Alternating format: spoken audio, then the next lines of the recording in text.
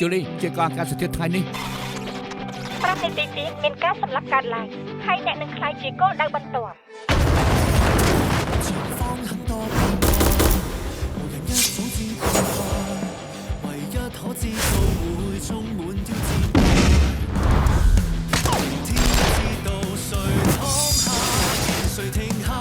面對天插下來難關，互相過關。明天不顧那麼多，前行吧，面對春風不練起手，永未放下。明天不顧那麼多，前行吧，未到終點都要練起手。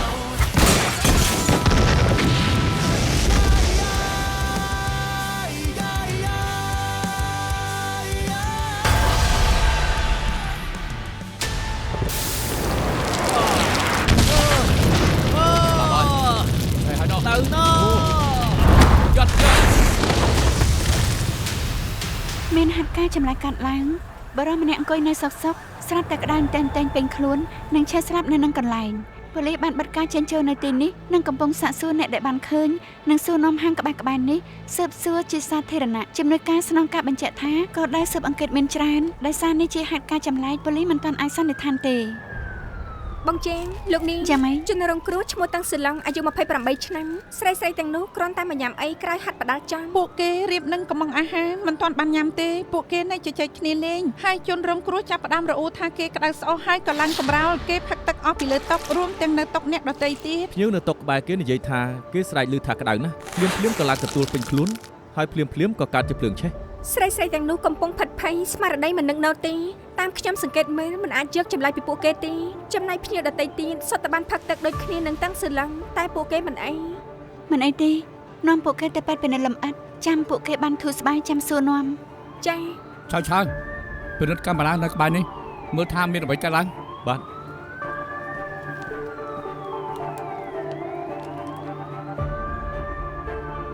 ចាលីនាងទៅមើលអាឡាំងទៅខ្ញុំចង់ដឹងថាហេតុអីនាងមកដល់ទីនេះគ្មានហេតុផលអីទេគឺទូរស័ព្ទនាំផ្លូវពួកយើងមកទីនេះ100ម៉ែត្រទៀតបាត់ស្ដានចាំម៉េចមិនអីទេខ្ញុំមិនអីទេសំណាមមិនខ្លាចទៅជាជ្រុកខ្វាយយ៉ាងណាខ្ញុំក៏មានសាច់មានឈាមសាច់ស្រស់ប្រឡែងជាមួយនឹងភ្លើងឈឺតិចតួចត្រូវឯងគ្រោះថ្នាក់ការងារទៅផ្ទះសម្រាប់ចុះទុកឲ្យពួកយើងនៅទីនេះមិនច្បាច់ទេខ្ញុំជាដៃថែបតាមពិតខ្ញុំបានរាយការណ៍ឲ្យថាជូលីជាអ្នកនាំផ្លូវពួកយើងមកទីនេះមិនត្រូវការលុបទេទៅផ្ទះសម្រាប់ចុះពិតមែនទេយ៉ាងម៉េចមានទទួលបានសារផ្សេងទេខ្ញុំចាំមើលដែរតែគ្មានឃើញសារអ្វីផ្ញើមកទៀតទេមានអ្នកទទួលបានសារថែមម្នាក់ទៀតហើយហេតុអីជាអាឡាំងមកពីខ្ញុំសង្ហាថែមអាកំបាំងទៀតហើយអាឡាំងដៃឯងរបៀបនេះក៏ជួយអ្វីមិនបានច្រើនគោតែទៅបែរទៅដៃរលាកភ្លើងអញ្ចឹងកាន់ដៃអ្នកខ្លះមិនបាននោះទេចាលីជូនគេទៅអូនេះគឺជាបញ្ជាណាចាអើយណែចេះកាត់គូណាស់ណលោកជាងលោកគ្រូជាងពិនិត្យបានអ្វីខ្លះហើយសាកសពខ្លាចជាខ្ញុំត្រឹមមួយប្រពេចភ្នែកពិតជាមិនធម្មតាមែនតាមបទពិសោធន៍លោកសេតនភាពខ្ពស់ប៉ុណ្ណាទើបអាចដុតខ្លាចជាបែបនេះរាងកាយមនុស្សមានផ្ទុកទឹកជាតិខ្លាញ់និងផូស្វ័រសមាមាត្រចែកចាយខុសគ្នាពេលវេលាឆេះក៏ខុសគ្នាមិនទាន់ឆ្លើយបានទេយើងត្រូវការធ្វើតេស្តបន្ថែមពិនិត្យរបាយការណ៍កសលវិច័យមុននឹងខ្ញុំធ្វើការវិនិច្ឆ័យដើម្បីឆ្លើយនឹងសំណួរខ្ញុំយល់លោកបាក់ដល់លោកហើយគេផឹកអីចូលពោះឬក៏ផឹកសាំងទំនងជាផឹកជាតិអាល់កុលមួយយ៉ាងទៅបានជាឆេះបែបនេះអាល់កុលក៏ត្រូវការភ្លើងដើម្បីឆេះបានដែរចុះឯណាភ្លើងពេលនោះខ្ញុំឈរនៅគៀកគេមិនឃើញមានអ្នកជក់បារីទេគឺភ្លាមគេឆេះស្លាប់តែម្ដង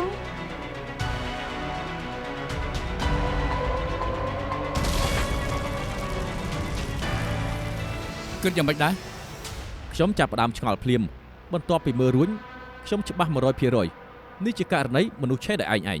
ចាំឲ្យលីរឿងនីតិណាទៀតហើយអត់ទេខ្ញុំមានផុសតាំងដើមសតវត្សទី17ធ្លាប់មានរបាយការណ៍វិទ្យាសាស្ត្រជាង200ស្តៀងនឹងករណីនេះមានបញ្ជូលពីមូលហេតុឆ្នៃទេ សុទ្ធតែចាត់ថ្នាក់ជាគ្រោះថ្នាក់ខុសធម្មជាតិគ្មានចម្លើយច្បាស់ទេ គ្រោះថ្នាក់ខុសធម្មជាតិមិនជាអ្វីដែលយើងពិភាក្សាខ្ញុំនៅសិលជាងយល់ថារឿងក្តីនេះគឺជារឿងក្តីតាក់ទងនឹងមនុស្សឃាត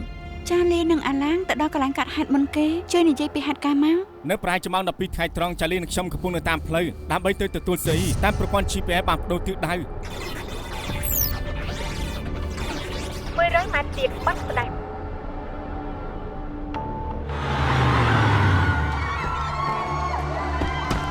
លោកចង់ធ្វើអីមានអីកើតឡើង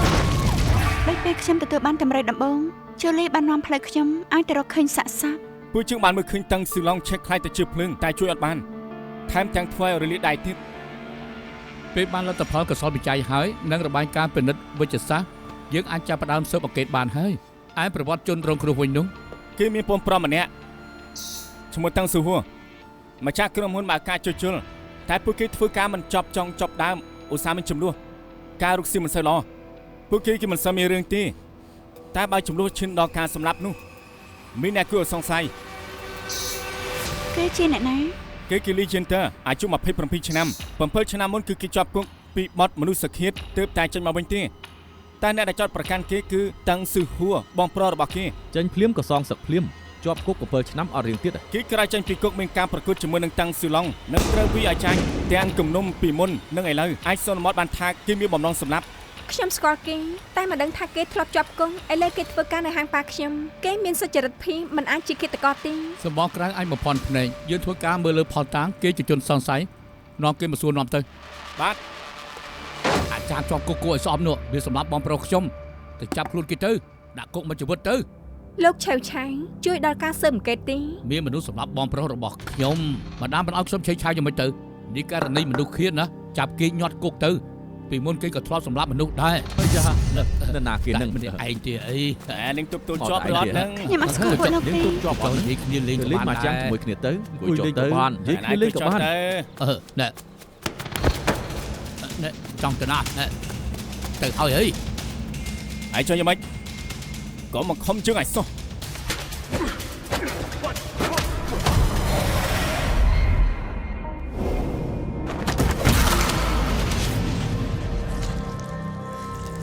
ខ្ញុំដល់បងប្រុសធូរជាសាស័យប្រឆាំងនឹងគេប្រកាសជាស្អប់ពួកយើងហើយបោកទាំងថ្មីនេះបងប្រុសប្រកួតឈ្នះគេទៀតនៅសង្ស័យដល់ណាទៀតផោះតាំងច្បាស់ណាស់ទៅចាប់គេដាក់គុកទៅ ខ្ញុំឃើញព័ត៌មានផ្សាយថាគេស្លាប់ហេតុអីខ្ញុំត្រូវសម្លាប់គេ កាលនោះគេនិងប្អូនប្រុសគេធ្វើជាសាក្សីចោទប្រកាន់លោកធ្វើឲ្យលោកជាប់គុកហើយឲ្យលោកបាត់បង់គ្រប់យ៉ាងលោកពិតជាព្រមនៅស្ងៀមដោយមិនធ្វើអ្វីសោះនិងមិនខឹងនឹងពួកគេទេ ខ្ញុំក៏មិនចង់ឲ្យការឡើងដែរតែរឿងមិនចឹងទេការពិតទៅហុងទីគឺរអិលដួលបោកក្បាលស្លាប់ពួកគេចាប់ប្រកាន់ខ្ញុំចាំគ្មានថ្ងៃភ្លេចទេ លោកសារភាពថាលោកស្អប់ពួកគេ សពគឺសពហើយតែខ្ញុំអាចទប់ចិត្តបានខ្ញុំជាប់គុក7 ឆ្នាំទាំងដែលខ្ញុំមិនបានធ្វើខុសឥឡូវនេះខ្ញុំមានសេរីភាពខ្ញុំគ្រាន់តែចង់រស់នៅជាមួយនារីដែលខ្ញុំស្រឡាញ់ អញ្ចឹងថ្ងៃនោះលោកនៅឯណាហើយកំពុងធ្វើអី ខ្ញុំកំពុងធ្វើការនៅហាងមិនជឿគឺអាចសួរតកែបាននិងមិត្តរួមកែងខ្ញុំបានណា យើងលែងមានអ្វីសួរលោកទៀតហើយតែពេលក្រោយអាចមានអញ្ចឹងលោកអាចទៅបានហើយ គោលដៅសម្លាប់នឹងច្បាស់ហើយសកម្មភាពសម្លាប់ក៏ច្បាស់ដែរយល់យ៉ាងម៉េចដែរ ឃាតកម្មគិតទុកជាមុនសកម្មភាពសម្លាប់ច្បាស់លាស់គឺជាធាតុសំខាន់ដំបូងគេអាចនឹងមានដៃគូសហការ ខ្ញុំសង្កេតមើលភាសារាងកាយនិងការបញ្ចេញអារម្មណ៍គេពាក្យសម្ដីគេគឺនិយាយចេញពីចិត្តគេអត់កុហកទេ តែខ្ញុំស្គាល់មនុស្សដែលអាចនិយាយកុហកហើយមិនឲ្យគេមើលដឹងខ្ញុំសង្កេតមិនមែនប្រើតែភ្នែកទេ អ្នកទៅពេលសុទ្ធតែមានហេតុផលបើធ្វើការជាមួយគ្នាខ្ញុំប្រកាសជាដឹងការពិតឆាប់ ករណីនេះខ្ញុំចង់ឲ្យឯងតាមលីយិនតាថាគេនិយាយការពិតឬនិយាយកុហក ចេះ អ្នកទាំងពីរញ៉ាំទឹកសិនទៅ អរគុណត្រូវហើយនេះចាត់ពួកឯងឲ្យតាមដានជនសង្ស័យពួកគេគ្មានបទពិសោធន៍និងមិនត្រូវគ្នាកើតដែរទេ បាត់ពិសោធន៍ឯងរកបានទៅតាមពេលវេលាជ្រុលជាសង្ស័ងស្គាល់លីយិនតានិងមិត្តស្រីគេខ្ញុំនឹកមិនឃើញអ្នកណាក្រៅពីនាងទេរឿងពួកគេមិនត្រូវគ្នាពួកយើងក៏មិនត្រូវគ្នាដែរតែលោកនេះនៅតែដាក់ឲ្យធ្វើការរួមគ្នាត្រូវហើយមានប្រាប់លបងតង់និងបុគ្គលិកឲ្យបាត់មាត់ទេ ប្រកាសជាប្រាប់ហើយបើលីយិនតើដឹងថាសងជាប៉ូលីសគេទាំងពីរនាក់ច្បាស់ជាមានរឿងធំ មើលស្អីហ្នឹង នៅទឹកទី1 Lee Yinter វាយតាំងសិឡុងយ៉ាងដំណំក៏ប៉ុន្តែនៅទឹកទី2 Lee Yinter ត្រូវគេវាយតាំងពីដើមទីគេជាប់គុកអស់7ឆ្នាំអាចថាគេមិនសូវបានវឹកហាត់តែមើលទៅគេមានកម្លាំងណាស់ហេតុអីមិនតដៃ គេគួរតែមានកម្លាំងស្មើតឹងស៊ឺឡុងតែគេវាយលើសពីទឹកទើបយកឈ្នះគេបានមានរឿងខុសប្រក្រតី ត្រូវតែរវាងពួកគេមានរឿងអីទៅ តឹងស៊ឺឡុងស្លាប់បាត់ទៅហើយមានតលីយិនតើទើបមានចម្លើយ ប៉ុណ្ណឹងសិនចុះខ្ញុំទៅទេមកផ្លែត អាឡូថាមិញមិនឲ្យប្រាប់ម្ដាមជាងទេបើឲ្យដឹងថាឯងទៅមកខ្ញុំឲ្យមន្ត្រីទៅគាត់នោះខឹងឯងក្បាលកតុយហើយ ចាចាំមកទៀតចា ដឹងហើយបងអត់ប្រាប់គាត់ទេឯងនៅណាបងទៅរក ចា កុំពិបាកចិត្តអីចាំនៅ ខ្ញុំ ហ្នឹង នឹងតែភ្លាម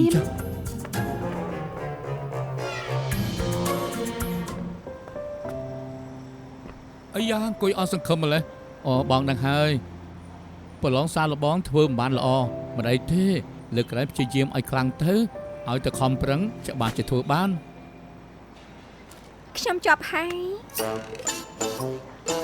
ក្មេងរពើពូចហ៊ានលីសោចនឹងបងផងអី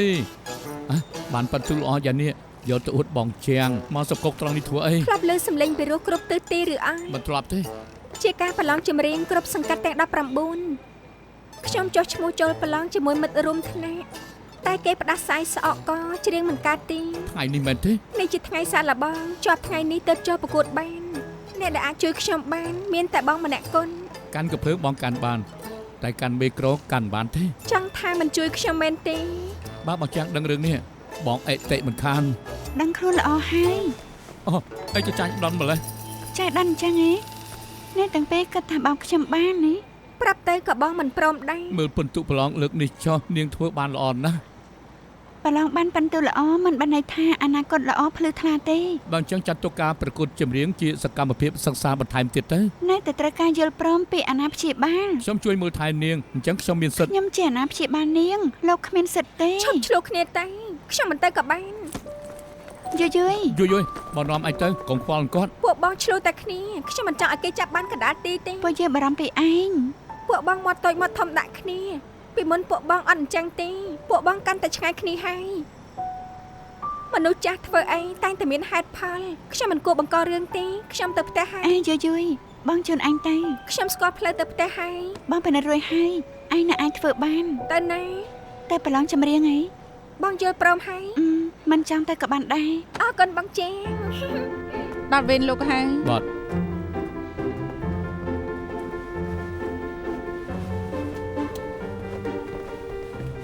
ណែបងគិតឲ្យថាទៅមិនរួចទេ បងចង់ដកខ្លួនមែនទេ ខ្ញុំមិនទៅលោកក៏ទៅមិនបានដែរ មែនទេយយឬបត់ផ្សេងល្អដែរទេឬក៏ចម្រៀងទល់ក៏បាន ខ្ញុំចេះច្រៀងតែមួយបទនឹងទេមិនដឹងថាខ្លាចអីទេ បងជាប្រធានអធិការបើគេស្គាល់គិតយ៉ាងម៉េចទៅ មិនធ្លាប់ប្រព្រឹត្តបទល្មើសអ្នកណាទៅចាំមុខលោក អេសុំស្ងាត់ កាច់ដល់ហើយមុខស្លេកភ្នែកកលេសកលាប់ហើយឯង នាងក្តាប់ដៃឡើងជាប់យ៉ាងមិនខ្លាចហ៎ ឯអ្នកប្រយុទ្ធប្រឆាំងនឹងអក្រិតជនទាំងពីរចាត់ទុកថានេះជាប្រតិបត្តិការជនបង្កប់ចោលឆាប់ឡើង 听听发现，偷偷挂念，早些日子精選照片和你奉線。幻想中鬥戰聲音有電，心思太健，通宵被窩委屈擱淺，誰教我這麼抱着手機入面？被直痛的心聲 breaking my heart。Breaking my heart，怎說起單戀這種壓抑，可不可知道你蹤跡？這個戀的公式 breaking my heart，breaking my heart，講我聽，相戀這種格式，可不可指引我分析？怎麼解開，怎麼說明？ ប្រឡងធ្លាក់សងអីក៏សប្បាយចិត្តម្លេះ ជាប់ធ្លាក់មិនសំខាន់ខ្ញុំសប្បាយចិត្តខ្ញុំខានសប្បាយចិត្តអញ្ចឹងយូរហើយ ហើយនាងច្រមុះនេះមានអីត្រូវសប្បាយទៅ សំនៀងច្រៀងពួកបង ហើយនឹងស្ទីលក្បាច់រាំស័ក្តិសមនឹងត្រូវដាក់បញ្ចូលជាវប្បធម៌អឺរ៉ុបចំនួន90 ហើយនិយាយបញ្ជោពេកហើយកុំតែបានឯងធ្លាក់គឺពួកយើងត្រូវខ្មាស់គេនៅលើឆាក មែនហើយ ខ្ញុំអរគុណពួកបងណាស់ខ្ញុំថាពួកបងចូលធ្វើប៉ូលីសមិនត្រូវជំនាញទេគួរធ្វើអ្នកចម្រៀងវិញបើបងចូលធ្វើតារានៅទសវត្សរ៍90ឥឡូវច្បាស់ជាខ្លាចជាសុ នាង ភ ច្រមុះ ស្តា ឯងនេះកុំឲ្យចាប់បានឲ្យសោះណា ជេងជួយផា អូយក្តាមកាច់ជើងអាយ៉ាអូយ ចាំមិនណា អ្នកក្តាមកាច់ជើង ចេញក្បាច់តែបន្តិចសោះក្តាមកាច់ជើងហើយ ខ្ញុំរវល់ណាស់គ្មានពេលរត់ហាត់ប្រាណទេ គួរដឹងខ្លួនឯងអាយុច្រើនកម្លាំងមានកំណត់លោកតា ស្អីគេយើងមកពីចំនួនតែមួយទេលោកយាយ ចំនួនដូចគ្នាតែអាចមានកម្លាតដល់10ឆ្នាំដែរ មិនស្មានពួកយើងកើតក្នុងចំនួនដូចគ្នាសោះ ចំនួនដូចគ្នាមែនតែអាចមានកម្លាតដល់10ឆ្នាំណា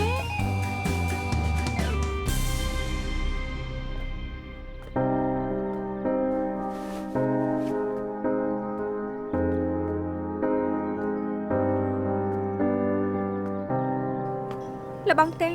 មិនក៏នៅទីនេះទីនអេរូបថតរៀបការលបងប្រុងទៅថតនៅណាដែរ មិនដឹងទេមិនទាន់មានលុយ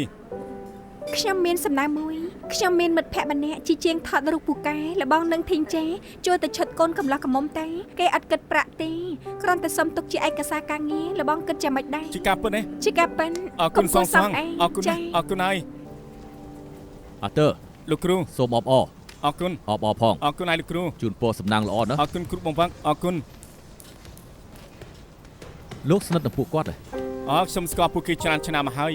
ពួកគាត់គឺចិត្តល្អណាស់ និយាយអញ្ចឹងក្បាច់ផ្ដាល់ខ្ញុំក៏មិនអន់ដែរពេលក្រោយបើមានការប្រកួតបានលុយបបួលខ្ញុំទៅផងទៅ ប្រគល់ប្រដាល់បែងចែកតាមទម្ងន់ឈ្នះបានរង្វាន់ ឈ្នះខ្ញុំមិនច្បាស់ទេតែបើខ្ញុំរឿងចាញ់ខ្ញុំប្រកាសចិត្តជាងឬក៏ត្រូវគេវាយឲ្យសន្លប់គ្មានបញ្ហាទេ នៅលើសង្គ្រាមប្រកួតត្រូវគិតយ៉ាងម៉េចអាចបដូរគូប្រកួតមិនមែនចាញ់ការប្រកួតទេ ហេតុអីចង់ថតរូបរៀបការនៅក្លឹបផ្ដាល់អញ្ចឹង ក្លឹបបដាជាកន្លែងដែលខ្ញុំនឹងអាចទៅជួបគ្នាចំពោះពួកយើងគឺមានន័យណាស់ដូច្នេះហើយខ្ញុំចង់រក្សាការចងចាំល្អៗទាំងនេះ ឥឡូវខ្ញុំយល់ហើយពេលមានស្នេហាអ្វីផ្សេងក៏មិនត្រូវការដែរ តែមិនទាន់ទម្លាប់នឹងការចាប់ផ្ដើមជីវិតថ្មីទេគេត្រូវការពេលវេលាសម្រាប់ខ្លួនទោះគេរលុយមិនបានច្រើនតែគេយកចិត្តទុកដាក់ចំពោះខ្ញុំណា ដូចជាអ្វីខ្លះទៅ ដូចជាគេដឹងថាខ្ញុំចូលចិត្តនំខេកដុល្លារ ថ្លៃណាស់គេតែញ៉ាំឯងញ៉ាំមែន ត្រូវហើយគេហ៊ានទិញឲ្យខ្ញុំញ៉ាំតែក៏ហក់ថាគេញ៉ាំរួចហើយទាំងដែលការពិតគេញ៉ាំតែនំប៉័ងសាប់មួយដើម លើលោកនេះមានបរិះល្អយ៉ាងហ្នឹងខ្ញុំមិនដឹងរកឯណាបានទេក៏ប៉ុន្តែ អីទៅ ខ្ញុំបារម្ភថារឿងក្តីទាំងសិឡុងស្លាមប៉ូលីសមិនដោះលែងលបងទេ ពួកយើងចូលឈ្មោះរៀបការហើយពួកយើងកំពុងសន្សំលុយទៅលេងអូស្ត្រាលីយើងរៀបចំគ្រប់យ៉ាងហើយគេមិននឹងអាចសម្លាប់មនុស្សទៅច្បាស់ជាមិនមែនជាការពិត ភ្លើងត្រៀមរួចហើយគ្រប់គ្នាត្រៀមហើយណែ មើលមកខាងនេះត្រៀម1 2 3 2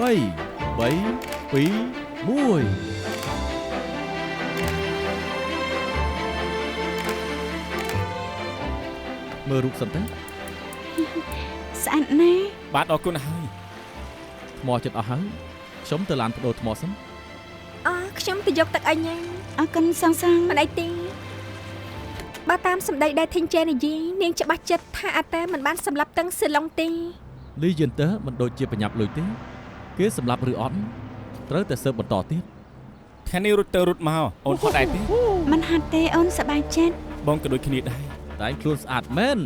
ត្រៀមរៀបការហ៎ ហើយរៀបការហ៎ ថែមដល់ហើយហ៎ អើយតាមហែមដល់ហើយមែនហើយ ចង់ទៅណា ចង់ទៅណា ពួកយើងអបអរតើ ទៅណានឹង ចង់ទៅណាហ្នឹង មែនហើយចង់ទៅណា មិនក៏ទៅលឿនម្លេះ មែនហើយ បញ្ញាប់ទៅណា ខ្វាត់គេមើល ទៅណាហ្នឹងកូនកំមុំ ហើយគូកំមុំសាដល់ហើយនេះ មិនបាច់ខ្លាចទេអ្នកនៅក្លឹបបដាល់ប្រាប់ថាឯងចេញមកថតនៅទីនេះពួកយើងគ្រាន់តែចង់មកអបអរតើ មែនហើយមែនហើយ មែនហើយ បាញ់ពួកគេទៅ អីគេចាំមិនយកបងខាងកំណត់ បាញ់ទៅ បាញ់ពួកគេទៅ បាញ់ទៅ បាញ់ទៅបាញ់ទៅ បាញ់ទៅបាញ់ទៅ ដល់ បាញ់ ទៅ ទៅ បាញ់ថែមទៅ ដល់ហើយគេ បាញ់ជួយ កុំអីលេយន្តតាកុំអីកុំជើងតាក់ពួកគេកុំអីណា អូយអរមួតទៅបងអ្វី ឈប់ភ្លាមឈប់ទាំងអស់គ្នាហ្នឹងមិនអញ្ចឹងខ្ញុំនឹងប្តឹងប៉ូលីស នាងខ្ជូតដល់ហើយប្តឹងប៉ូលីសហ៎មានច្បាប់មិនឲ្យលេងកំភ្លើងបាញ់ទឹកដែរ ខ្ញុំប្រាប់ថាឲ្យឈប់ ស្អីជឹកញ៉ៃច្រានយើង ទ្រាំនឹងឯងជួហើយ យើងជាប៉ូលីសនៅស្ងៀម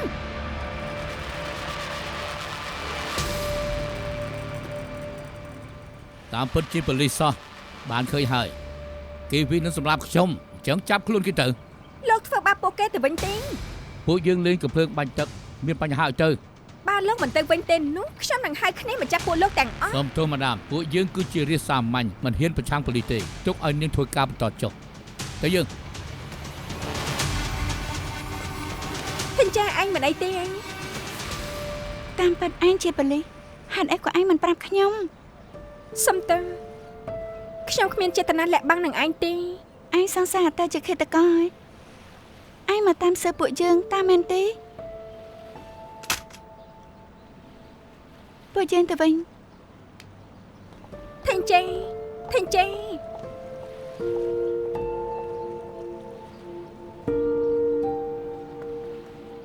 ខ្ញុំជួយ មិនចាំបាច់ទេ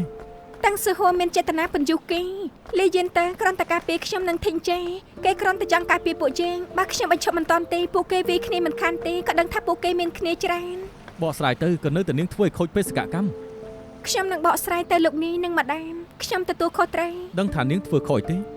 លីយេនតើមានប្រវត្តិជាប់គុកគេជាមិត្តប្រុសមិត្តភក្តិនាងខ្លាចគេជាប់គុកម្ដងទៀតទើបធ្វើឲ្យខូចការនាងយករឿងផ្ទាល់ខ្លួនមកពាក់ព័ន្ធ លោកនិយាយមិនយុត្តិធម៌ទេ សួរខ្លួនឯងទៅថាពាក់ព័ន្ធនឹងរឿងផ្ទាល់ខ្លួនឬអត់ខ្ញុំបានឃើញពេលជាងធីនជេបង្ហាញអារម្មណ៍ខកចិត្តនាងមានអារម្មណ៍ថាខុស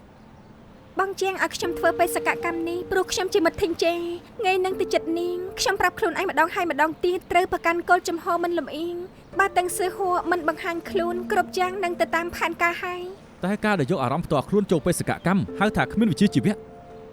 លោកដេលថ្មីខ្ញុំរឿងបែកការខ្ញុំព្រមទទួលតែកុំហៅខ្ញុំថាគ្មានវិជ្ជាជីវៈនៅក្នុងរឿងក្តីបាត់ក្មេងលីស៊ូជីនធ្លាប់ត្រូវសង្ស័យជាឃាតករគាត់ជាមិត្តល្អម៉ាក់លោកស្គាល់គាត់តាំងតែពីក្មេងទើបជឿថាគាត់ស្អាតស្អំទោះត្រូវផ្អាកការងារគាត់ចេះរកភាពត្រឹមត្រូវឲ្យគាត់មិនពាក់ព័ន្ធនឹងរឿងផ្ទាល់ខ្លួនទេមែនទេបើសួរខ្ញុំថាធ្វើបែបនេះត្រូវទេចម្លែកគឺជាធម្មជាតិមនុស្សខ្ញុំនឹងរាយការណ៍លម្អិតទៅលោកនាយនិងម៉ាដាមខ្ញុំហ៊ានធានាថានឹងមិននាំទុកឲ្យលោកទេ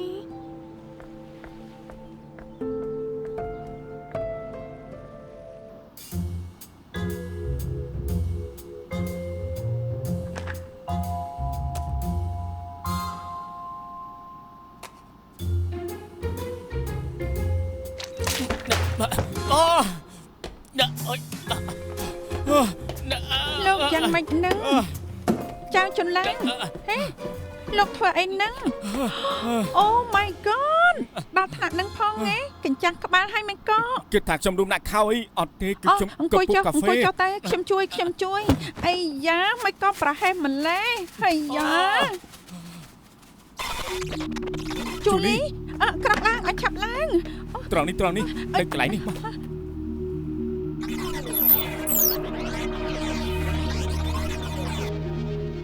ផ្ទះបេតុងបាននេះធ្វើម៉េចទៅអេផុតទុកអ្នកផុតទុកអើយ មកពីលោកហ្នឹងមានផ្ទះបេតុងមួយនៅក្រោមដើមឈើទាំងនេះ មើលក្បែរនោះគឺមានផ្លូវមួយ នៅលើផ្លូវត្រង់នេះមានស្លាកសញ្ញាចរាចរណ៍មួយ មិនមែនទេសញ្ញានាំផ្លូវ ជាស្លាកសញ្ញាចរាចរណ៍ ឬសញ្ញាជ្រូកអី មើលមិនដឹងទេ បាទឯងនឹងធ្វើបកាយគ្នាទៅ ឯង ណាមើលតែ3នាទីទេណាអាចចាំបានច្រើនទៅ ផ្ដោតអារម្មណ៍លើរឿងផ្សេងគ្នាការចំណាំអាចមានខុស រូបទី2មានចំណុចខុសគ្នាក៏ប៉ុន្តែថាមិនខុសគ្នាខ្លាំងទេផ្ទះបេតុងមួយផ្លូវលំមួយដើមឈើនិងស្លាកសញ្ញាផ្លូវនេះគឺជារបស់ដែលយើងត្រូវតាមរកម្ដងមួយ អូខេយកទៅកូពីចែកគ្នាហើយតាមរត់ទៅ បាទ ចំណែកមួយសន្លឹកនេះទៅរកខ្លួនឯងទៅ អត់ទេ អត់ទៅអ្នកទាំងពីរធ្លាប់ឃើញផ្ទះនេះទេ អត់ទេ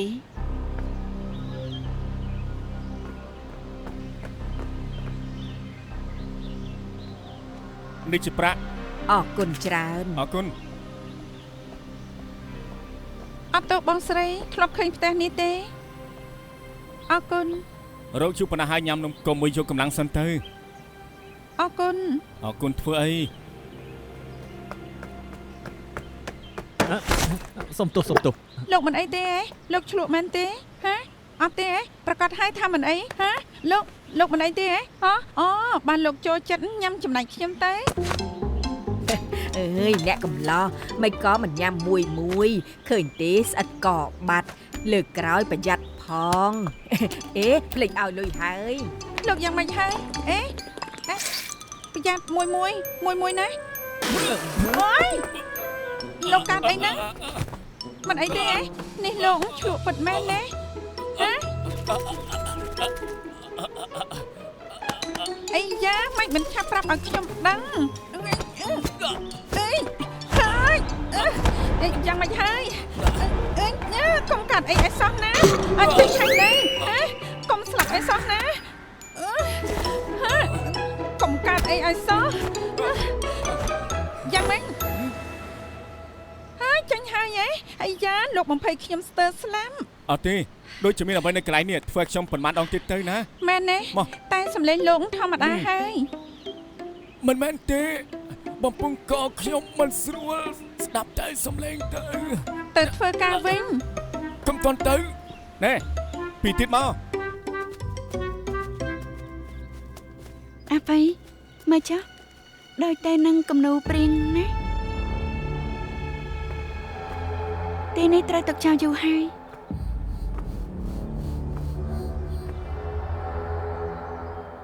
សិចាំមើលទៅដបូលនេះគឺមានពណ៌ខ្មៅដោយសារតែផ្សែងមានអ្នកមកចង់ឲ្យយើងដឹងទើបកោះចំណុចដែលខ្មៅនោះចេញ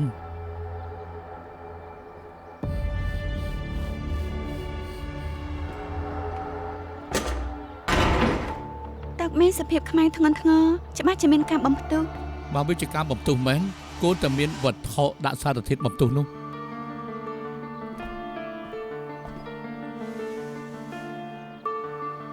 សិចារកឃើញហើយកុំតិចកៅដែលបានរកឃើញនៅក្នុងផ្ទះបេតុងក្រោយការពិនិត្យឃើញថាវាជាបំពង់ធ្វើតេស្តនៅលើនោះយើងរកឃើញសារធាតុគីមីម្យ៉ាងហៅថា K3PC K3PC មានកម្រិតឆេះនិងផ្ទុះខ្ពស់ដែលត្រូវគ្នានឹងស្ថានភាពនៅក្នុងផ្ទះបេតុងនោះវាស្តីនឹងរឿងក្តីតាំងសឺឡុងឆេះដោយឯងថាវាពាក់ព័ន្ធទេមកដាំបកែសន្និដ្ឋានមែនខ្ញុំគ្រាន់តែដឹងថាមនុស្សមិនអាចនៅសុកឆេះស្រាប់នោះទេឯលើរបាយការណ៍កសលវិច័យកាពះជនរងគ្រោះនឹងគ្រឿងក្នុងនៅចិត្តត្រូវបានភ្លើងឆេះខ្លោចធ្ងន់ធ្ងរបន្ទាប់ពីឆេះទាំងអវយវៈដៃជើងមានសភាពឆេះស្រួយស្រាវតាមការស្មានខ្ញុំជនរងគ្រោះអាចមិនដឹងខ្លួនលាបចូលសារធាតុគីមី K3PC ទៅក្នុងពោះដែលទឹកជាធាតុរាវជំរុញនាំឲ្យមានបង្កការឆេះចាប់ផ្ដើមពីក្នុងកាពះរាលដាលទៅគ្រឿងក្នុងផ្សេងនេះគឺជាការសន្និដ្ឋានរបស់ខ្ញុំណាដើម្បីលម្អិតត្រូវមើលលើការពិសោធន៍ទៀតការពិសោធន៍ទី1លាយទឹកនឹងសារធាតុ K3PC ជាល្បាយតែមួយចាំមើលថាមានរឿងអី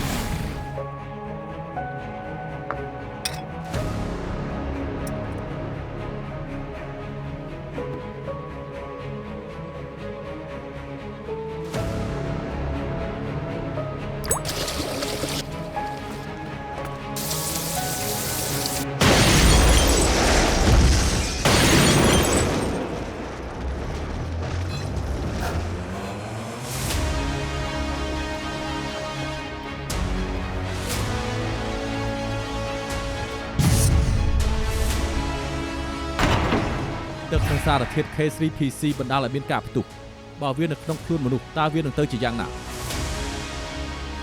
នៅក្នុងតុក្កតានេះយើងបន្ថែមអាស៊ីតកាពះជាបណ្ដុំកំហាប់ដែលមាននៅក្នុងមនុស្សនិងមានដាក់ K3PC ត្រៀមបំផ្ទុះ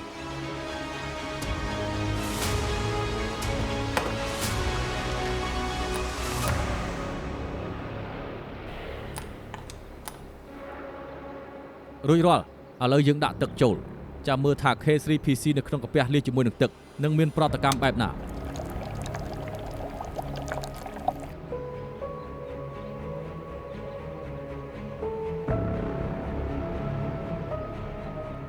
្មានអ្វីកើតឡើងទេតាមទ្រឹស្ដីលាយទឹកនឹង K3PC បណ្ដាលឲ្យមានការផ្ទុះតែក្នុងកាពះមានអាស៊ីតមិនបណ្ដាលឲ្យមានប្រតិកម្មគីមីអញ្ចឹងយើងគិតខុសហ៎កុំទាន់អាចសន្និដ្ឋានអីយើងគ្រាន់តែមិនទាន់អាចធ្វើវាបានតែប៉ុណ្ណោះអញ្ចឹងឃាតករធ្វើយ៉ាងម៉េច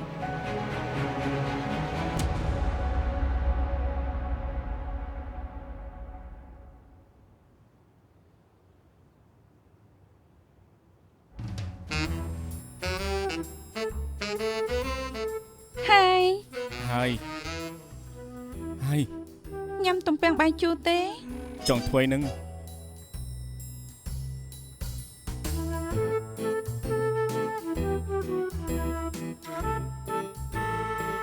ជាតិមែន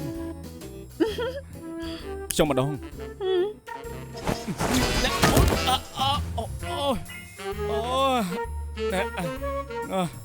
ហើយការពិតគឺយល់សបានទេ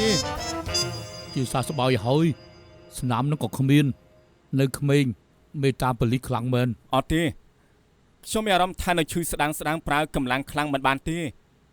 ដៃលោកអលៀកភ្លើងអត់ឆ្លោះហើយគ្មានស្នាមក៏កិតហេតុអីក៏ខ្សោយម្ល៉េះ បើលោកបកស្រាយបានបញ្ជាក់ថាខ្ញុំមិនទាន់ជឿទេដូច្នេះហើយខ្ញុំស្នើសុំឲ្យលោករុំដៃខ្ញុំវិញទៅ លោកស្នើខ្ញុំហ៎លោកចេះជាងពេទ្យទៅទៀតផង អត់ទេ លោកយល់ច្រឡំហើយលោកចង់បោកស្រី លោកយល់ច្រឡំហើយ មើលដឹង លោកមើលដឹង ខ្ញុំទីលេងទេណាឃើញទឹកមុខរបស់លោកដូចជាព្រានណា លោកគ្រូពេទ្យការពិតគឺចេះទេខ្ញុំចង់ឲ្យមុតស្រីខ្ញុំខ្វាយខ្វល់ពីខ្ញុំឲ្យបានច្រើន ខលខ្វាយពីលោកឲ្យច្រើនណាអូ ចេះឬប្រចូលដែរទេ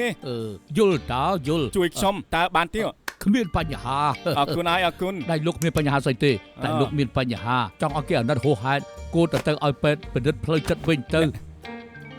ពិនិត្យផ្លូវចិត្ត ដឹងហើយ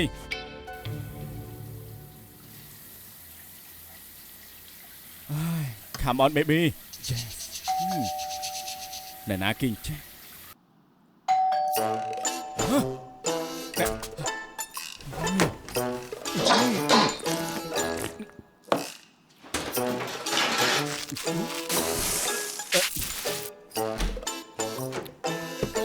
ចាលី មិនក៏ក្របើកម្លេះ ចូលមកសិនមកចូលមក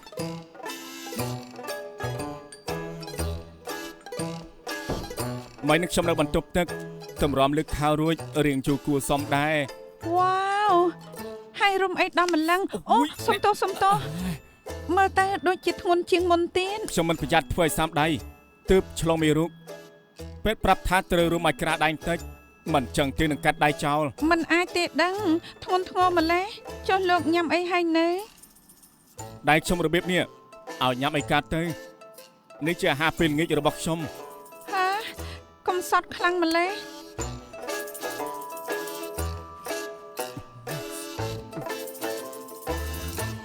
មកខ្ញុំជួយ ខ្ញុំមានហើយនឹងមកជួយដែរទេ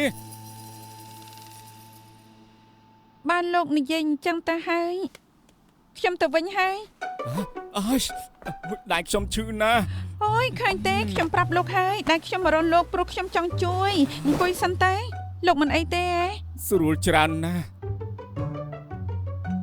ខ្ញុំដឹងថានាងនៅបារម្ភពីខ្ញុំ លោកចង់ញ៉ាំអី នាងដឹងហើយតើ មីអ៊ីតាលី ជាមួយ cheese ចាំបន្តិច អរគុណ មីអ៊ីតាលីនឹងឈី អរគុណច្រើនណាស់ មិនបាច់អរគុណទេ អរគុណ ដោយក្តីរីករាយ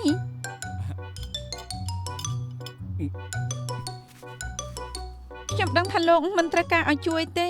តែខ្ញុំចង់ជួយលោកណាស់តើបានអត់ បាន ខ្ញុំជួយដាក់ជើងចុះហើយ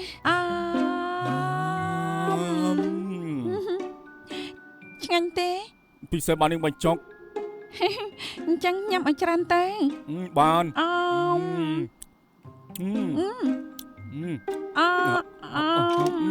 ឃ្លានខ្លាំងទេហោបញ្ចុកមួយមិនបានទេលោកឃ្លានខ្លាំងណាស់ញ៉ាំឲ្យច្រើនទៅអាយ៉ាអូយលោកប្រឡាក់អស់ហើយខ្ញុំទៅយកអីមកជូនឲ្យ អរគុណហើយ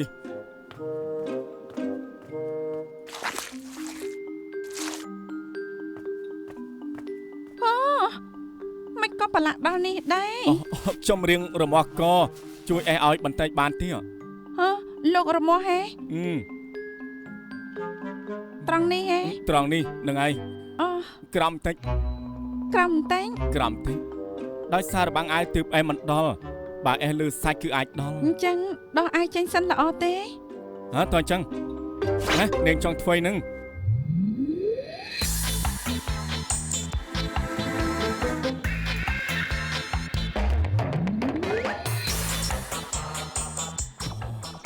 យកសុបិនលើកមុនជាការឲ្យហេតុសោះ ចង់បានបាត់នេះហ៎ ចុះ បាត់ភ្នែកសិនទេ ខ្ញុំខ្លាចថាខ្ញុំយល់សពខ្ញុំបើកភ្នែកបានទេ មិនបានអញ្ចឹងណាហើយចុះ បាត់ភ្នែកក៏បាន ហួយរមាស់អើយអើយហេស្អីគេនឹងចាប់ចាញ់ទៅជួយចាប់ចាញ់ទៅមិនបានជានឹងខុសខើម្លេះ ប៉ុណ្ណឹងនៅស្ទើរណាស់ប្រុសកុហកនេះរមាស់ខ្នងមែនទេ អត់ទេគ្រាន់តែធ្វើការច្រើនរៀងចុកខ្នងបន្តិច ថ្ងៃនេះទៅជួយគេទេ អត់ទេថ្ងៃនេះអាឡាំងទៅពេទ្យស្រាយរបួសហើយ អញ្ចឹងទំនេរហើយ មិនទាន់ទេខ្ញុំខ្ញុំទិញថ្នាំផ្ដាសាយនិងរបស់ប្រើប្រាស់ឲ្យគេពឹងជួយយកឲ្យគេផងបានដែរទេ បានតែកេងចំណេញលើក្តីអាណិតខ្ញុំអន់ចរិតណាស់តាមសប្បាយចុះ បងដឹងខុសហើយទុកឱកាសបងម្ដងបានទៀតអូយអូយជួយផង អាណាឡាំង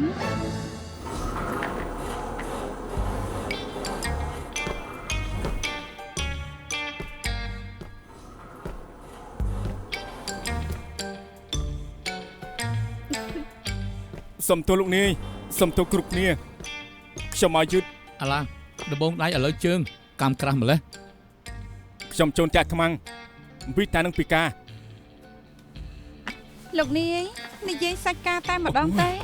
អំពីរឿងក្តីតាំងស៊ឺឡុងធ្វើឲ្យបានស៊ើបមិនបានស្អីតែតុលាការផ្ដល់សិទ្ធឲ្យពួកយើងស៊ើបលីយិនតើហើយឥឡូវនេះយើងត្រូវការក្រុមមនុស្ស2នាក់ឃ្លាំមើលគេមានបញ្ហាស្អីទេ លោកនាយខ្ញុំមិនចង់ធ្វើការជាមួយចៅជន់ឡាំងទេ ហេតុអីទៅ គេធ្វើជន់បង្កប់យូរហើយកើតមានទម្លាប់អាក្រក់ច្រើន មែនទេទម្លាប់អាក្រក់អី អាភាសរឹកខែងរែង មិនមែនជាការពិតទេនេះជាការយល់ច្រឡំ យល់ច្រឡំឬអត់តោះថាខ្ញុំស្នើសុំចោះខ្ញុំមិនចង់ធ្វើជាដៃគូគេទេ លោកនេះ លើកមុនខ្ញុំធ្វើឲ្យបែកកែដោយសារការខ្វះបទពិសោធន៍រៀបរៀងការស៊ើបអង្កេតខ្ញុំមិនចង់នាំទុកដល់ឆាវដូច្នេះសូមបដូរដៃគូឲ្យខ្ញុំទេ ឡោះអញ្ចឹងបដូរគ្នាចុះ អាឡាំងជាមួយឆាវហើយសងចូលក្រុមចាលី ខាងប្រុសមើលផ្លូវលីយិនតើនិងជាងធីងជាឯខាងស្រីរៀបចំឧបករណ៍ចាប់សម្លេង មិនទាន់មានអ្វីទេគ្មានសញ្ញាពីលីយិនតើនិងចាងធីងចេ ក្រុម A ហៅក្រុម B ផ្លូវស្ងាត់មិនឃើញមានមនុស្សទេខាងនោះតើយ៉ាងម៉េចដែរទៅ កំពុងធ្វើការរលូនល្អណាស់ ត្រូវការជួយអីប្រាប់ខ្ញុំបានរឿងគ្រឿងអេឡិចត្រូនិកប្រុសដឹងច្រើន ចង់មើលងាយមនុស្សស្រីហ៎ ខ្ញុំគ្មានន័យអញ្ចឹងនោះទេ ឯនៅស៊ីននេះមិនដែរបានបើអញ្ចឹងបានគ្មានបទពិសោធន៍ធ្លាប់ឮពាក្យបង្កប់នៃដែរទេ ធ្លាប់គឺជាអត្តន័យលាក់បាំងបង្កប់នៅក្នុងពាក្យអ្វីមួយ ចិត្តត្រូវហើយត្រូវចាំណាមនុស្សស្រីគឺគួរឲ្យស្អប់ណាស់រាប់ពីដែលជាងនិយាយពួកគេបត់ទៅនៃផ្សេងទាំងអស់នឹងឬពេលខ្លះពួកគេនិយាយអ្វីផ្សេងដើម្បីឲ្យធីមស្មោះពួកយើងទីថាពួកគេកំពុងគិតអីបើទីខុសវិញពួកយើងនឹងខ្លាចជោគក្នុងអន្ទាក់ដោយមិនដឹងខ្លួនទេ លបងជន់ឡាំងនិយាយតាមបទពិសោធន៍ដែរ ចូលមិនអាចជោគជ័យជាណាប្រាជ័យជាមិនអាចជោគជ័យណែខ្ញុំមានបទពិសោធន៍ត្រូវរៀនសូត្រពីកំហុសខ្លួនឯងត្រូវចាំណាជាមួយមនុស្សស្រីពួកយើងមិនអាចនិយាយហេតុផលជាមួយគេបានទេតឡាការស្នេហាស្រីគឺជាចៅក្រុមមានផតតាំងក៏កាត់ក្តីឲ្យពួកយើងស្លាប់បានដែរ លបងជន់ឡាំងនិយាយច្រើនដល់ហើយ ប្រុសរអ៊ូច្រើនមិនខ្ជូតដូចស្រីរអ៊ូច្រើនទេ យកចិត្តទុកដាក់នឹងការងារ បានពួកគេមកហើយ ធីមស្រីសាទជុំនិយាយដើមមនុស្សប្រុសទៅពួកគេមកហើយត្រៀមខ្លួនហើយនៅ នៅត្រូវការពេលដំឡើង សងទៅពន្ជាពេល ចាអ្នកទាំងពីរមកហើយយេខ្ញុំខំទូរស័ព្ទរកឯងមិត្តរួមការងារថាថ្ងៃនេះឯងសម្រាប់ទៅខ្ញុំមករកឯងទេតែចៃដន្យអ្នកទាំងពីរទៅក្រែង ធីមជើមិនស្រួលខ្លួនខ្ញុំទៅមកពីមន្ទីរពេទ្យ ធីងចេមិនអីទេមែនទេ អរគុណដែលបារម្ភ ធីងចេរឿងលើកមុន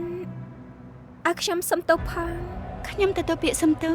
តែសំវឯងក៏មករំខានពួកយើងទៀត កុំចឹងអីសុំតែជាមួយខាងគ្នា ប្រតែ ណែកុំរត់